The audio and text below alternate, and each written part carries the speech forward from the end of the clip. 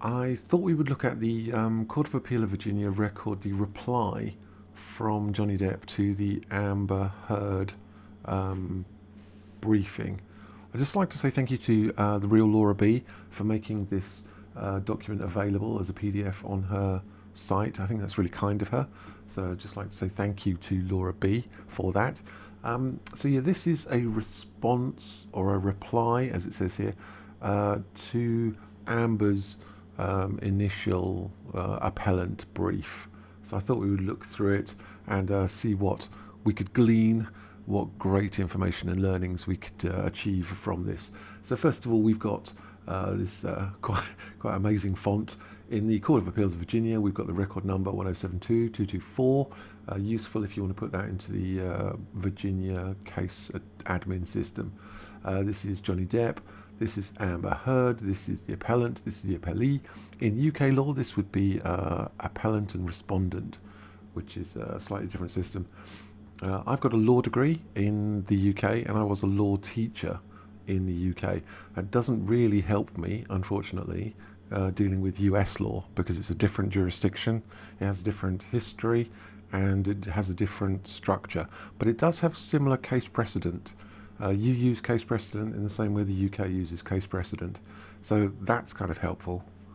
And in many other ways, it's based on the same system. US law is based on England and Wales law, as opposed to French law, which is based on Roman law, and German is based on Roman law. So they have a completely different system from the UK, and they're only 20 miles away.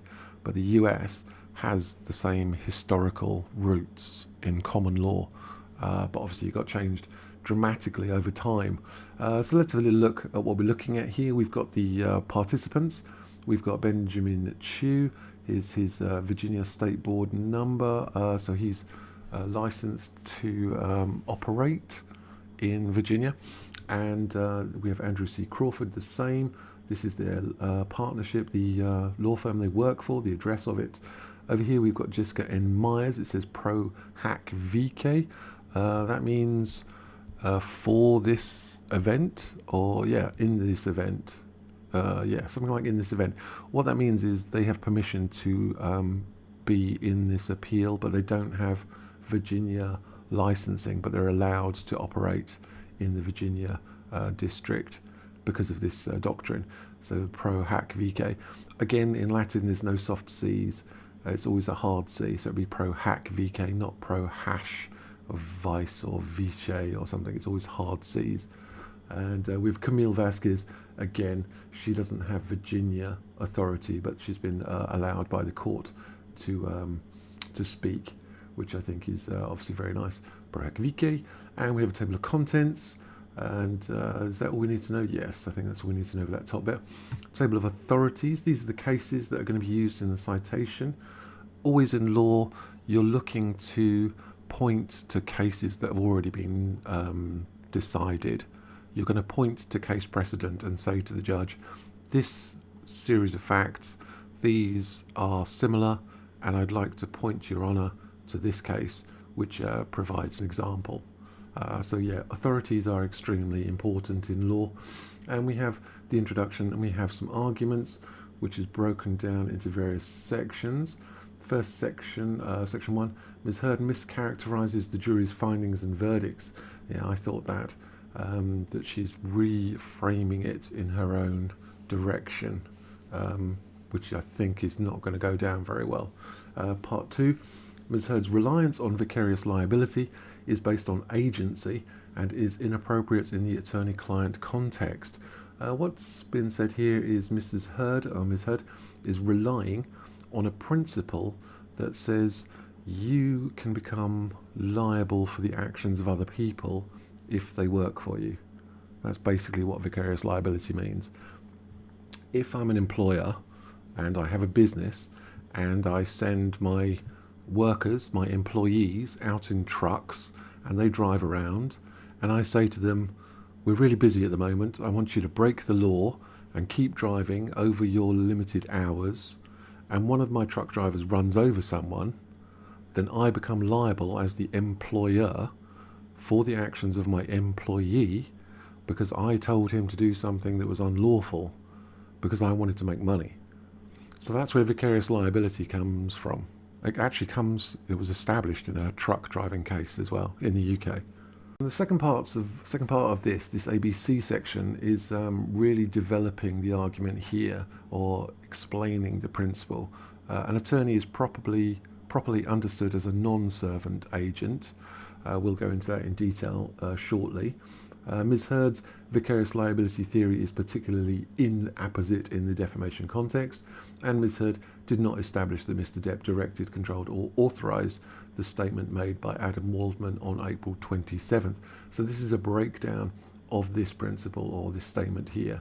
They're saying that an attorney, a lawyer, is not really an employee as such, which is described as a servant-master relationship, and a lawyer is really an independent contractor. And you might say, oh, are they not employees of the person they are working for? Not really, no, because they have a lot of control over what they can do and what they can say and how they can say it.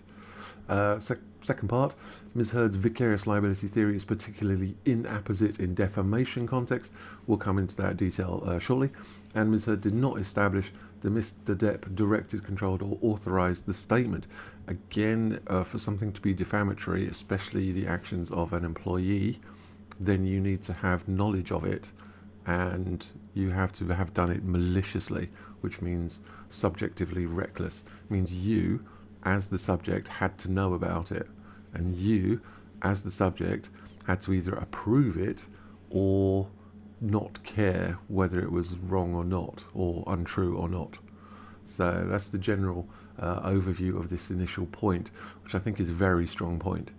Moving on to part 3, Ms. Heard failed to establish actual malice. This is the relationship of malice. Ms. Heard was required to show that Mr. Waldman made the statement with actual malice. Again, that comes down to subjective knowledge. Did Mr. Waldman himself know it was false, or did he not care that it was false, or did he have any objective reason to believe it to be true? The objective reason is, would someone else, looking at the situation and the facts, would they, in a normal circumstance, and they were not biased, would they come to the similar conclusion that Mr. Waldman came to? That's an objective view of it. Subjective is Mr. Waldman himself. Objective is someone else, some independent, neutral third party. Would they come to a similar conclusion? And is there any evidence for that? So we'll look at that in a second as well. And part B, Ms. Heard failed to show that Mr. Waldman made the April statement with actual malice. Required to show, failed to show. Okay, same thing. The April 27 Waldman statement is properly understood as an opinion. This I find slightly strange, again, because I come from the UK and we don't have a constitution. I know that sounds kind of strange if you're American, but we don't have a written constitution. We don't have a document that we call the Constitution. We have a series of documents which together, collectively, could be described as having constitutional effect. Things like the Magna Carta, things like the Bill of Rights, things like the European Convention on Human Rights. Anything that is more than an act of parliament and has a greater effect could be described as a constitutional document. But we don't have a single document which we call the Constitution, unlike in America, which they do. And once you write something down, I believe and I find it becomes out of date pretty quickly. Certainly in 100 years, 200 years, 300 years, things go out of date really quickly, and you can find yourself trapped by writing stuff down. An example would be in the UK, there was a law where every man had to practice archery on a Sunday for 2 hours. Every man had to go and practice archery on Sunday because we were constantly at war with the French, and archery was very important. But if we wrote that into a constitution and said, well, constitution, everyone must practice archery on a Sunday, it kind of goes out of date really quickly. So yeah, or we'd be really good at archery. I don't know. We might be able to challenge the Koreans in the next Olympics. God, they're good at archery. Maybe it's in their constitution. I don't know. maybe. And oh yeah, so this is why I don't understand opinion in relation to First Amendment rights, because the First Amendment is an amendment to a constitutional document. So I'm not sure about this bit. I'll leave that one to American lawyers. And the court should have instructed the jury on independent contractor theory. Yeah, this goes back to this first bit. What is the difference between an employee and a contractual worker? What is the difference between an employee, person who works for you, or a person who works for you but only on a contract? So, and then we'll talk about the independent contractor theory there. And the last bit, the trial court should have admitted the entire April 27th article. Yeah, it was a redacted statement, a redacted document, and all the court was shown was the actual statement by Adam Waldman out of context. And there's a very weird, it's a strange point to make. Why is the rest of the document redacted by the side presenting it? Why did they have to hide it? What was actually hidden there? What context is behind it? So we'll have a little look at that. Conclusion usually is what you want the court to do. Certificate, I think, would be signing off on this. So let's have a little look. We have some cases. Advent Fort, Covey, Maritime Exec, LLC. Your case citation, or American case citation, is different from what I'm used to, but I can sort of understand what's going on. We have various cases. In UK law, we don't say v, we say and. So it'd be Atkinson and Sachno, Bose Corp and Consumers Union of US Incorporated. That's just a weird sort of old history thing. These are all different cases. The year, I assume, is when the case was heard. We tend to go for the most recent, going back to 1940 is always it's always dodgy when you're using really old case law. You want something as modern as possible. I'm seeing a lot of case law. I don't know these cases because this is, again, US law, not UK law. I did look up a few of them. This one is MacDonald and Hampton Training School, talking about the power of control. And we have independent employee versus independent contractors. This one is Tingler. Where are we? Tingler v. Greystone Homes, or Tingler and Greystone Homes Incorporated. So there are some cases I did go through. That's this one here. There's other authorities here. I think this thing means sections. It either means section or sections. So I think it means that. But it's, to me, it's either singular or plural. I'm not sure. I'll have to work on that as well. So let's have a little look. In the appellee brief, so this is the person making the appeal, and this is known as the Heard brief, forever afterwards known as HB. Ms. Heard misapplies the law. I like it straight off the bat. She doesn't know what she's talking about, and misstates the findings of the jury. Yes, she does. Attempting to distract the court by re-arguing factual disputes that the jury emphatically resolved in favour of Mr. Depp.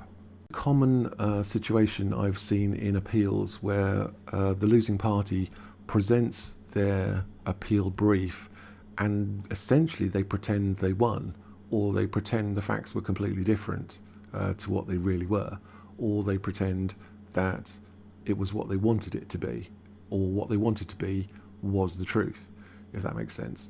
No, I didn't explain that very well. But yeah, they misapply and misstate the findings of the jury, and they misstate the facts as well. They're attempting to distract the court by re-arguing factual disputes that the jury has emphatically resolved in the favour of Mr. Depp. So they're attempting to essentially re-litigate the case, but it's already been decided, and you can't change reality just because you say so.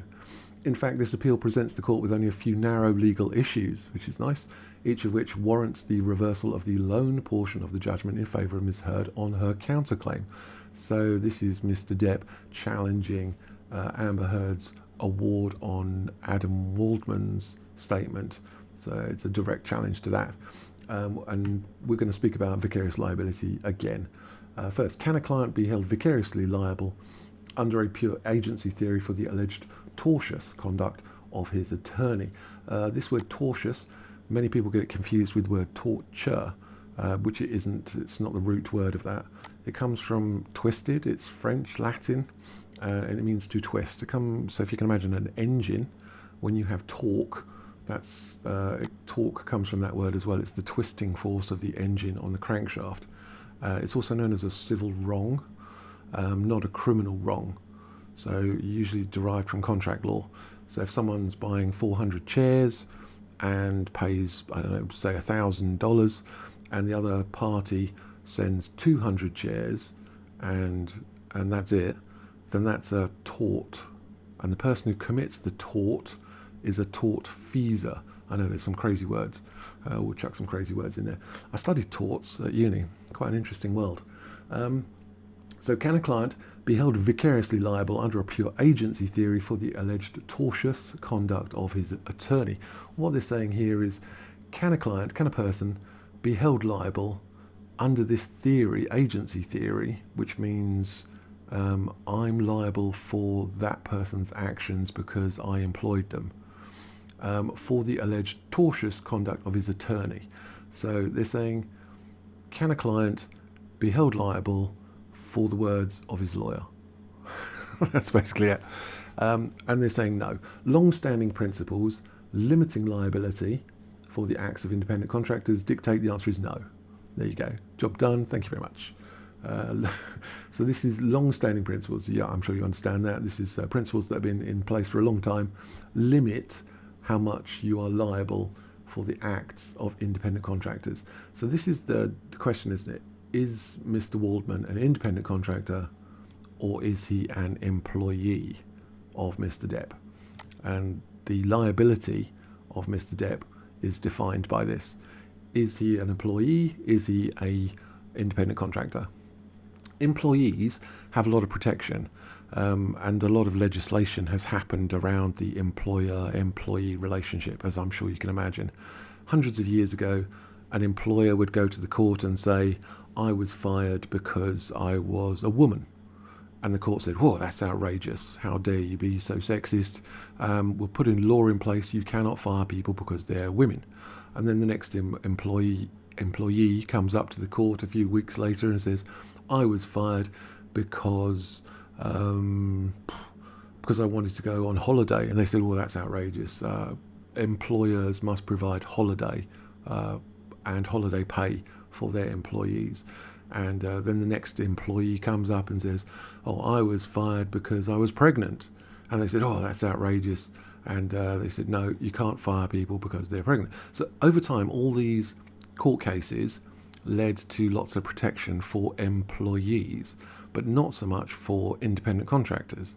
An independent contractor can turn up at a job and, I don't know, do some welding for £200 and then go somewhere else tomorrow to, I don't know, Bob's body shop and do some welding for £60. And then the next day, on Wednesday, he's off to, I don't know, Canterbury, and he does some welding, and so on and so forth. So he's not an employee of one of these people. He's an independent contractor. He goes and does his independent contractor work, and because of that, they don't have to pay him loads of stuff. They don't have to pay him maternity pay, paternity pay, holiday pay, sickness pay, loads of stuff that an employee gets. And also, if we go back to this, also, they don't become liable for his actions. If Bob's body shop doesn't become liable for any actions of their welder because he's not their welder, he's an independent contractor. So that's generally the principle.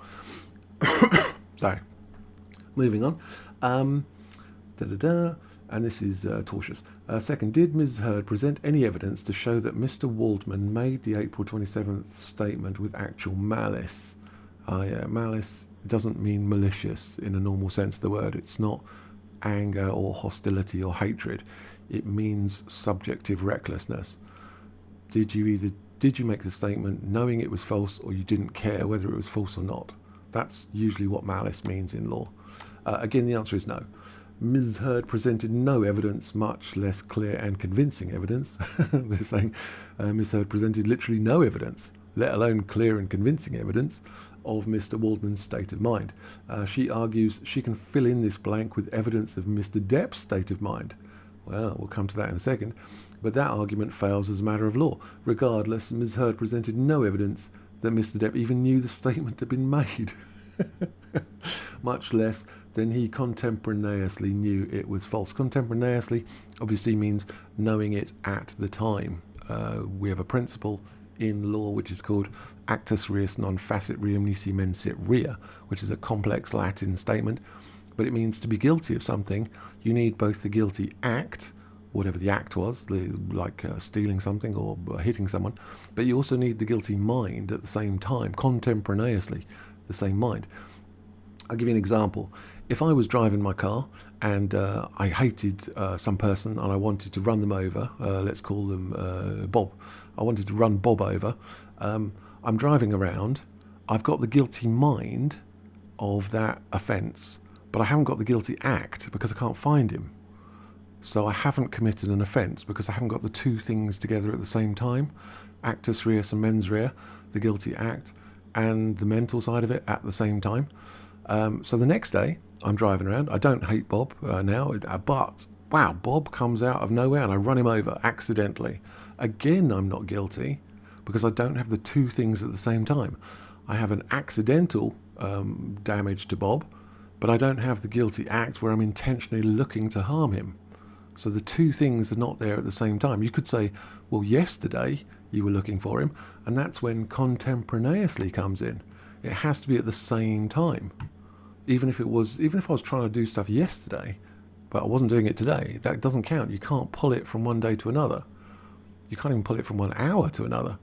So, and here we're talking about, did Mr. Depp know that the statement was made, let alone he didn't even know it was contemporaneously made.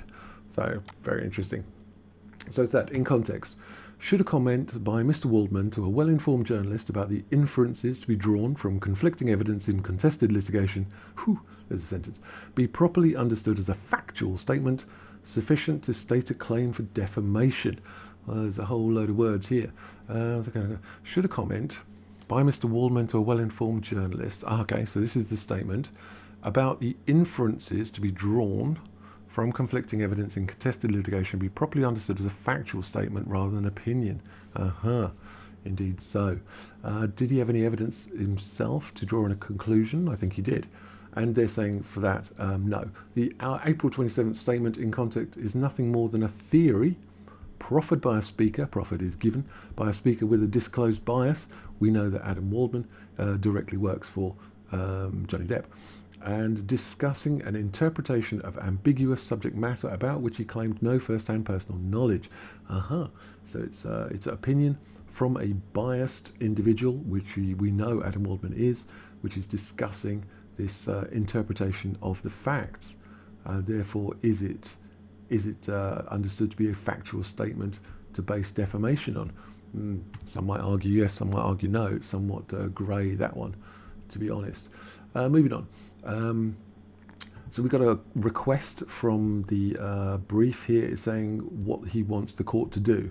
The court should uphold the judgment in most respects, but reverse the single finding in Ms. Heard's favour in relation to this Adam Waldman statement. So Johnny Depp is wanting to keep everything else in place, all of his wins and his $10 million of his wins, but he also wants the $2 million that was given to Ms. Heard in relation to the Adam Waldman statement. He wants that overturned and rejected. And I think he has a sound basis for this. I think it looks very good so far. Moving on. Argument. Ms. Heard mischaracterises the jury's findings and verdict. Yes, it's just repeating factual claims that were unambiguously rejected by the jury. Ms. Heard takes the untenable position that the evidence at trial established that in May 2016 the parties' marriage was falling apart due to Mr. Depp's alcoholism, drug use and abuse of his wife. This is the Heard brief at page 4. Bafflingly, I like these words, Ms. Heard spends many pages of her brief reciting a litany of her factual claims that were necessarily found to be false by the jury in a wholly inappropriate attempt to re-argue the facts of the case. This section, repeating factual claims that were unambiguously rejected by the jury, this is propositional fallacy combined with cherry-picking fallacy. And as we come down here, this is 12 pages of picking what evidence you would like and ignoring all the rest. As we come down here, it says Mrs. Heard's arguments fail the straight face test. I was thinking, what's the... I've looked at quite a lot of logical fallacies, but I didn't know the straight face test. So I had a little look. The straight face test, also known as the laugh test or giggle test, is a test whether something is legitimate or serious based on whether a given statement or legal argument can be made sincerely without any compulsion to laugh. So what they're saying, what Benjamin Chu is saying here is, how can you actually say this without while keeping a straight face? Because this is frankly ludicrous, which I find quite funny. The jury found in favour of Mr. Depp and against Ms. Heard on virtually all material points in the dispute. In finding that Ms. Heard defamed Mr. Depp, the jury necessarily found that Mrs. Heard's statements that she was a public figure representing domestic abuse who had spoken up against sexual violence made a false implication about Mr. Depp, and that Mr. Heard acted with actual malice. Again, not talking about hostility or the normal meaning of the word malicious. In law, we can make words mean all sorts of different things.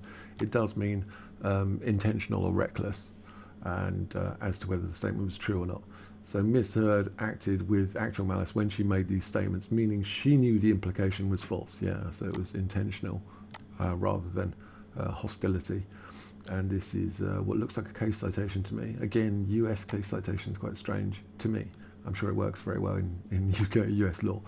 Consistent therewith, the jury also found that Mr. Waldman's statements that Ms. Heard's abuse claims were a pejorous hoax and fake sexual violence allegations did not constitute defamation against her, and another citation. So what have we got going on here? Finding that Ms. Heard defamed Mr. Depp, the jury found that Ms. Heard's statements that she was this were false. Therefore, the jury found that her statements were a pejorous hoax. Perjurous. So she's committing perjury, and fake statement did not constitute defamation against her. Yeah. The sole statement on which Ms. Heard prevailed, which means one, involved additional theorising by Mr. Waldman, yes, on his third statement. And Ms. Heard and her friends, so the theory he came up with was that Amber Heard and her friends set Mr. Depp up by calling the cops, spilled a little wine, roughed the place up, got their stories straight, under the direction of a lawyer and publicist, and then phoned 911 again. So that's his theory that he was putting out there. So the only intellectually honest, yeah, that's pretty hard to find on the other side, the only intellectually honest interpretation of the verdict is that the jury found Ms. Heard's claim that she'd been abused by Mr. Depp was false, but also found that she had not conspired with her friends, a lawyer and publicist, to create a fake crime scene. So that's the logical interpretation of the jury's verdict. The verdict believed that they didn't believe her, they believed that she's lying, and she wasn't abused by Mr. Depp, but also they did not believe that she had conspired with her friends to create a fake crime scene. Well, these things are quite logical in my mind. I'm not sure I believe that this is false, this bit. Personally, I'm not sure I believe that this is false. I believe it might well be true, but that's my personal belief. And what my belief is worth is worth nothing. So Ms. Heard's attempt to recharacterise the verdict as consistent with her claims of abuse is untenable, should not be countenanced, which means considered or thought of. Seems viable to me. Ms. Heard's reliance on vicarious liability based on agency is inappropriate in the attorney-client context. I think this is their strongest point, really. An attorney is properly understood as a non-servant agent. This is a key concept, i.e. an independent contractor, not an employee. In the UK law, we would have a contract of service and we would have a contract for service, and that's the difference between an employee and an independent contractor. An employee has a contract of service and an independent contractor has a contract for service. The thing to establish here is Ms. Heard's brief starts from the incorrect premise or the incorrect position that she can prove that Mr. Depp is liable because Mr. Waldman was his agent as his lawyer. But Ms. Heard misses the point. The question is not whether Mr. Waldman is an agent, but what type of agent. Is he an employee agent or is he a non-employee agent? If he's a non-employee agent, he's called an independent contractor agent. So these are the key two differences, or the key differences between the two things. Virginia law has long drawn a sharp distinction between employees and independent contractors. It's not just Virginia. This distinction has been going on all over the world, especially in the UK law as well. But there is a sharp distinction between employee and independent contractor when imposing vicarious liability. Here we have a case, McDonald and Hampton Training School for Nurses, which is this case. It says under Virginia law, the power to control is the determinative factor in deciding whether an employee-employer relationship exists. So it's the power to control the actions of the other. In this case, we don't have a power to control, if that makes sense. We've got Johnny Depp as the client. We've got Benjamin Chew or Adam Waldman as the lawyer. But Benjamin Chew and Adam Waldman are lawyers. They operate on their own. They make decisions on their own. They take guidance from their client, but they also have professional responsibilities to their overarching governmental bodies that organise lawyers in the US. In the UK, it's the Bar Society and the Solicitors Regulation Authority. Two organisations, the Bar Society and the Solicitors Regulation Authority, provide guidelines and rules and regulations which lawyers in the UK have to follow. There's a similar system in the US, and if the lawyers don't follow these rules, then they're thrown out of that profession and they can't be lawyers anymore. So these rules become more important than obedience to their client. So it could be argued, and it is argued, that they're not really employees of the client, but really independent contractors who have their own set of rules and therefore their own set of controls. And so this case, McDonald and Hampton Training School, is saying that there must be a power to control the actions of the employee, and Johnny Depp doesn't have the power to control Adam Waldman, because Adam Waldman is really controlled by an overarching authority and has to follow their rules and has to act independently. That's basically what is going on, as far as I understand. And so they're saying this reflects the well-recognised principle that it is reasonable to impose liability on a principal, which means the client, for the actions of another person if that person is under the principal's control in a meaningful sense, but not otherwise. In other words, the logic of generally holding employers liable for the torts, which means civil wrongs, of their agents or employees, is simply that when employers have the right to control their employees, they are at least theoretically in a position to prevent them from committing tortious acts. So that's the general principle, and that's why it's in place. You can become liable for the actions of your employee if you are in a general position to prevent them from committing those tortious acts. But Johnny Depp as a client and having Adam Waldman as his lawyer, he can't control Adam Waldman because of his overarching authority from the regulatory body. And Adam Waldman is a lawyer. He operates on his own cognizance. He makes his own decisions, chooses his own cases, makes his own plans, comes up with his own strategies.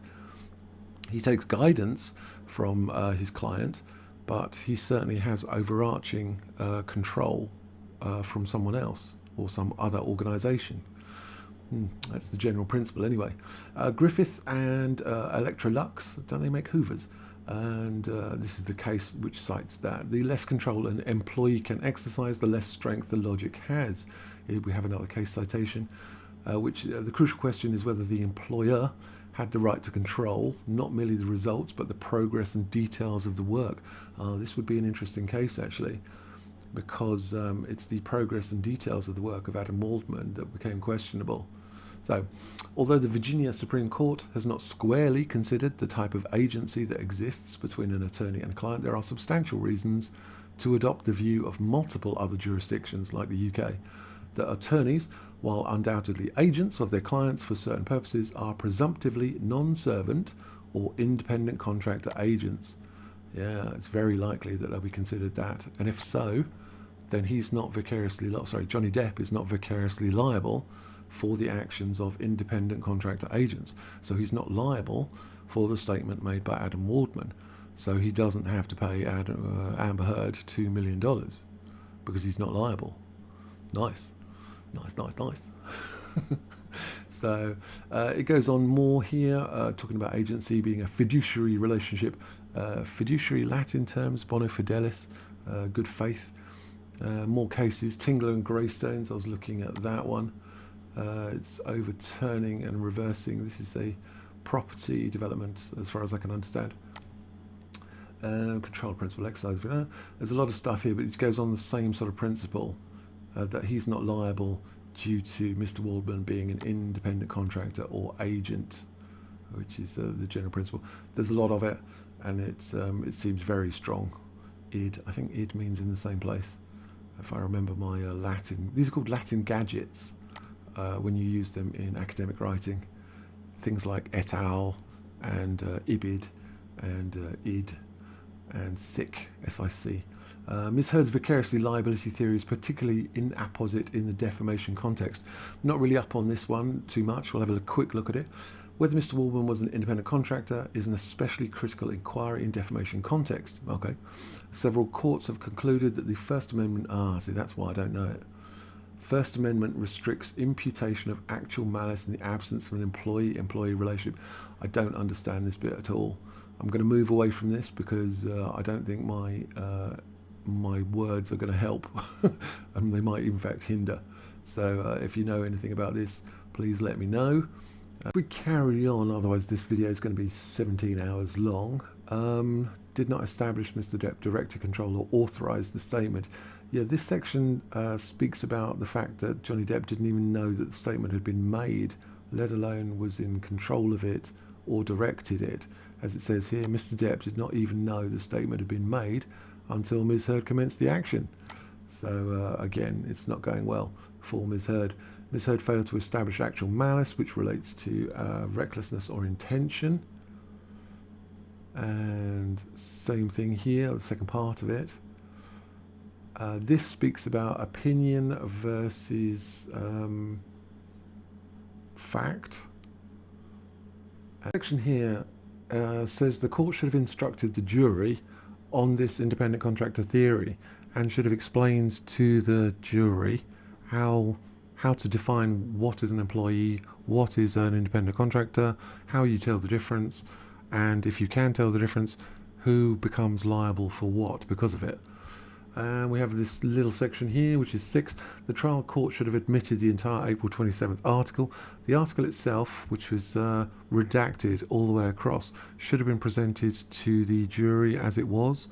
Redacting it, removing 99% of the article and only leaving Adam Waldman's statement was very strange. And the trial jury should have been allowed to see the whole of the actual article. And in conclusion, this is usually someone asking for what they want the court to do. Yeah, Mr. Depp respectfully requests that the court reverse the judgment in Ms. Heard's favour on the April 27th statement and affirm the judgment in all other respects. So he's asking the court to overturn Ms. Heard's $2 million and to affirm or confirm the judgment in all other areas where he was awarded $10 million. So that's what he was asking for. I have seen these briefs before where they haven't asked the court to do anything. It's a lot of argument. They're like 16 pages of argument, and then there's no please can the court do this at the end, which I find quite funny. And then we have some signings, some signatures down here, pro hac vice. I think this means in this event, in this time, something like that. Yeah. And we have a lot of it. All these people don't have Virginia licensing. That's all that means. And with certificate of service, these are all just belt and braces. And Benjamin Chew. Interesting that he uses a biro. I don't know many lawyers in the UK who use biros. Fountain pens, yes, not biros. But there you go. Let me know your thoughts, and what do you think about the whole situation? If I don't know if I help. I've got quite a strange view, as you can imagine, coming from a UK legal system. I've got quite a strange view on this, and I'm not sure I've helped, or in fact hindered. Let me know your thoughts. And okay. And oh yeah, if you found anything useful, if you'd like to know more about the trial, I'm going to be doing more videos about it. Do subscribe, and I think that's about everything. And I will see you guys later.